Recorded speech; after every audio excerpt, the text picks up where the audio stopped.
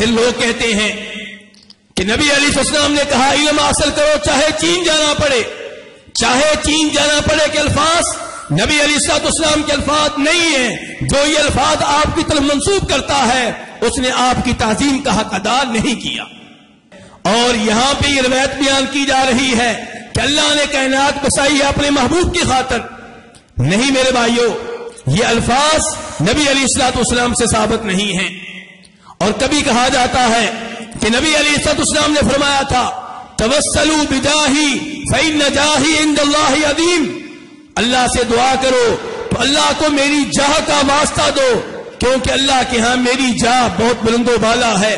یہ الفاظ بھی نبی علیہ السلام سے ثابت نہیں ہیں. آپ کی طرف ان کی نسبت کرنا آپ کی تعظیم کے خلاف ہے. کہا جاتا ہے کہ آپ نے فرمایا وہ عصر کے بعد نیند لے، اس کی عقل اس سے چھین لی جائے تو وہ کسی اور کو ملامت نہ کرے، اپنے آپ کو ملامت کرے. یہ الفاظ بھی آپ سے ثابت نہیں ہیں. جو ان الفاظ کو آپ کی طرف منسوب کرتا ہے اس نے آپ کی تعظیم کا حق ادا نہیں کیا. کہا جاتا ہے کہ آپ نے کہا تھا جو حج کے لیے آیا ولم یزورنی، لیکن مدینہ میں آ کر میری قبر کی زیارت نہ کی، اس نے مجھ سے جفا کی، اس نے مجھ سے بے رخی برتی. یہ الفاظ بھی نبی علیہ السلام سے ثابت نہیں ہے. جو یہ الفاظ آپ کی طرف منسوب کرتا ہے اس نے آپ کی تعظیم کا حق ادا نہیں کیا. کہا جاتا ہے کہ آپ نے کہا تھا ہر چیز کا کوئی نہ کوئی دل ہوتا ہے، قرآن کا دل سورہ یاسین ہے. جو سورہ یاسین ایک بار پڑھے گا 10 بار پڑھنے کا ثواب ملے گا. امام ابو حاتم کہتے ہیں یہ روایت باطل ہے.